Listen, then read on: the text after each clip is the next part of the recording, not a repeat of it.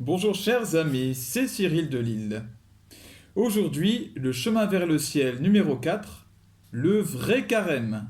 Voilà de quoi je vais parler, puisque nous sommes aujourd'hui même le jeudi 7 mars 2024, et donc nous sommes en plein carême chrétien catholique.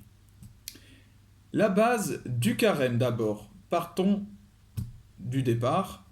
La base, c'est le jeûne, le partage et la prière. Voilà les trois piliers du carême. Bon. Les trois sont indissociables. C'est un petit peu comme liberté, égalité, fraternité, la devise française. Bon. Et bien là, le jeûne, le partage et la prière se nourrissent l'un de l'autre. Et je vais l'expliquer. D'abord, il y a une première fausse idée euh, qu'il faut dénoncer. C'est celle de croire que le carême est une espèce de moment où on va se faire souffrir, où on va vivre des pénitences, hein, des sacrifices, pour espérer plaire à Dieu. Eh bien non, ce n'est pas cela, ça ne fonctionne pas comme ça. Dieu n'est pas un tortionnaire qui prend plaisir à voir des gens comme ça souffrir. Ce n'est pas cela qui plaît à Dieu, mais ce qui lui plaît, c'est le cœur avec lequel nous agissons, la raison profonde de nos actions, la motivation en somme. Dieu, il est le Seigneur de la vie, du mouvement, de l'être. Il n'est pas le Seigneur de la mort, de l'enchaînement, des ténèbres. Tout cela, ce que je viens de dire, le Seigneur de la mort, de l'enchaînement et des ténèbres, c'est Satan, c'est celui d'en bas. Donc si Dieu n'est pas le Seigneur de ces choses-là, il ne prend pas plaisir à la souffrance des hommes, à la pénitence. Le jeûne qui plaît à Dieu, ce n'est pas, comme il l'est dit dans l'Ancien Testament, le sac et la cendre, c'est-à-dire se priver pour se priver. C'est, je cite, un esprit brisé, un cœur brisé et broyé. Autrement dit, l'amour doit être au cœur de toute chose. Encore une fois, c'est le message central, l'amour de Dieu, l'amour du Dieu d'Israël, et l'amour du prochain, qui sont indissociables. Cela doit rester au cœur du carême. Ce n'est pas la souffrance, le sacrifice qui est au cœur du carême. C'est donc la différence fondamentale, au passage, avec le ramadan, qui est plus centré sur une question de plaire à Dieu par une obéissance pure, formelle, à sa loi, à sa règle, et espérer ainsi lui plaire par nos privations. Là, ce n'est pas le cas. Alors, je ne dis pas que tous les musulmans vivent leur ramadan ainsi. Je dis que c'est quand même ce sur quoi est fondé l'islam. Maintenant, chacun vit un chemin spirituel qui lui est propre et il ne m'appartient pas de juger de cela. Par le jeûne, le fait de jeûner, de se priver, c'est d'abord de nourriture, certes, de tout ce qui ne nous est pas utile en fait pour être en bonne santé. Ça fait beaucoup de choses, hein.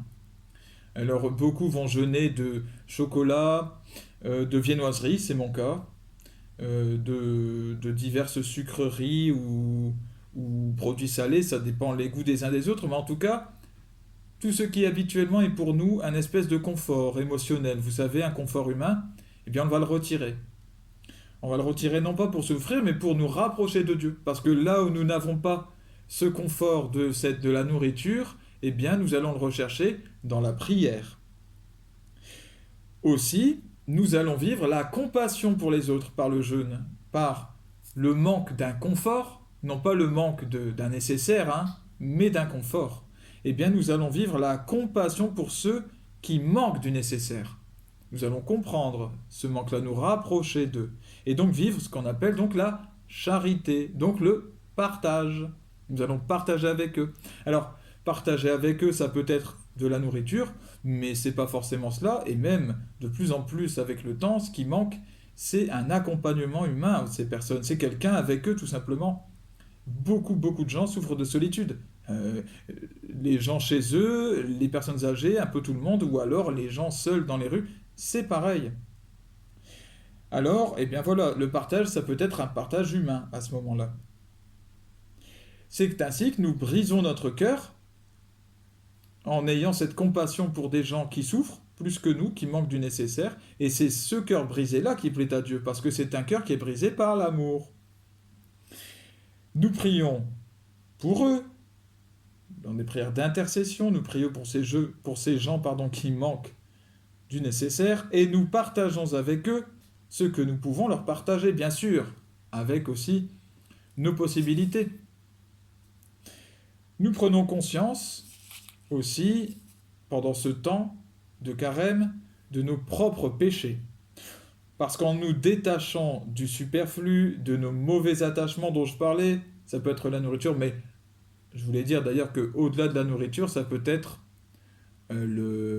d'autres choses, ça peut être un attachement désordonné à certains loisirs, ou je ne sais pas, à certains produits ou à certaines attitudes, au sport, à la sexualité ou à je ne sais quoi. Eh bien, nous nous rendons compte avec le détachement opéré pendant le carême de toutes ces choses qui ne sont pas utiles, parfois des péchés dans lesquels nous avons plongé, du mal que nous avons fait aux autres ou à Dieu lui-même. Et nous pleurons nos péchés, en tout cas, c'est ce qui nous est demandé. Encore une fois, un cœur brisé d'amour. Voilà. Pleurer ses péchés.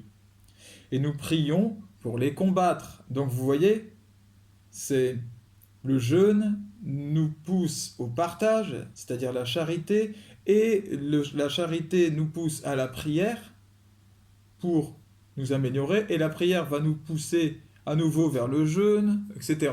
C'est un cercle vertueux. Voilà, donc c'est toujours l'amour de Dieu et des autres qui doit orienter le carême, le bon, le vrai carême.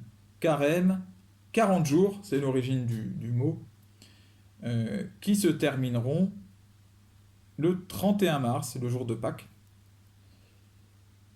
Puis cette année, le carême chevauche le ramadan qui va commencer d'ici quelques jours là, autour du 10 mars. Alors voilà, d'ailleurs je vais publier un short dans peu de temps où je vais parler de ce que c'est que le bon ramadan, et j'expliquerai, même si je ne suis pas musulman, eh bien je vais donner mes propres conseils, puisque le Seigneur Christ, maître de l'Esprit Saint, donc maître de la religion, de la sainte religion, me donne de pouvoir observer, réfléchir d'un œil, d'un cœur éclairé, tout ce qui concerne l'esprit, de manière générale, tout ce qui concerne le monde spirituel. Donc, à ce titre, je peux parler du ramadan. Et je vais le faire. Et je souhaite un bon carême à tous les chrétiens qui me regardent. Voilà, je les assure de ma prière. Je leur demande de prier pour moi, j'en ai besoin. Et puis je souhaite aussi aux musulmans un bon ramadan. Voilà. À bientôt les amis.